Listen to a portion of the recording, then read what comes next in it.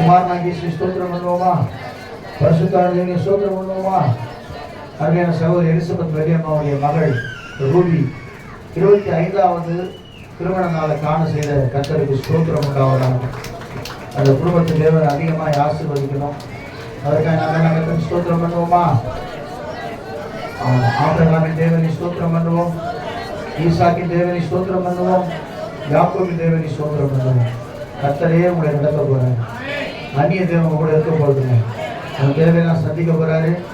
இந்த மிக்சருக்காக அருமையான ஐயா ஸ்ரீமன் ராஜ் ஐயா அவர் வந்து கொஞ்சம் காசு கொடுத்துருக்குறாங்க. ஒரு வேலைக்கு நீங்கள் கொடுக்க விரும்புகிறேன், நீங்கள் கொடுத்துருங்க.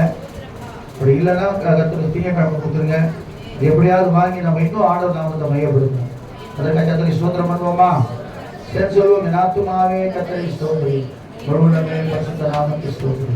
என் ஆத்துமாவே கர்த்தரை ஸ்தோத்திரி, சர்வபகாரங்களை நம்முடைய கர்த்தராகிய இயேசு கிறிஸ்துவின் கிருபையும் பிதாவாகிய தேவனுடைய அன்பும் பரிசுத்தமுடைய அன்பின் மைக்கும் சிநேகமும் சமாதானம் என்பது நம்மோடும் சகல பொருத்தனை ஆசீர்வதிப்பாராக. அல்லேலூயா, அல்லேலூயா, அல்லேலூயா. இனிய மகளிர் தின வாழ்த்துக்கள். கர்த்தர் உங்களை அதிகமாய் ஆசீர்வதிப்பாராக.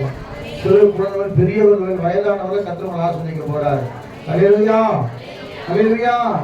எண்ணி முடியாத அற்புதங்கள் என் வாழ்வில் செய்பவரே, எண்ணி முடியாத அதிசயங்கள் என் வாழ்வில் செய்பவரே, கோடி கோடி நன்றி சொன்னாலும் உமக்கது ஈடாகுமோ, கோடி கோடி நன்றி சொன்னாலும் என் வாழ்நாள் ஈடாகுமோ, கோடி கோடி. ஆமென்.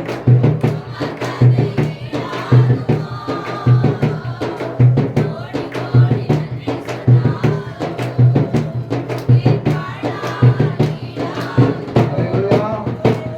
நடக்க போறார். ஆமென். அல்லேலூயா. அப்படியே உட்காருங்க.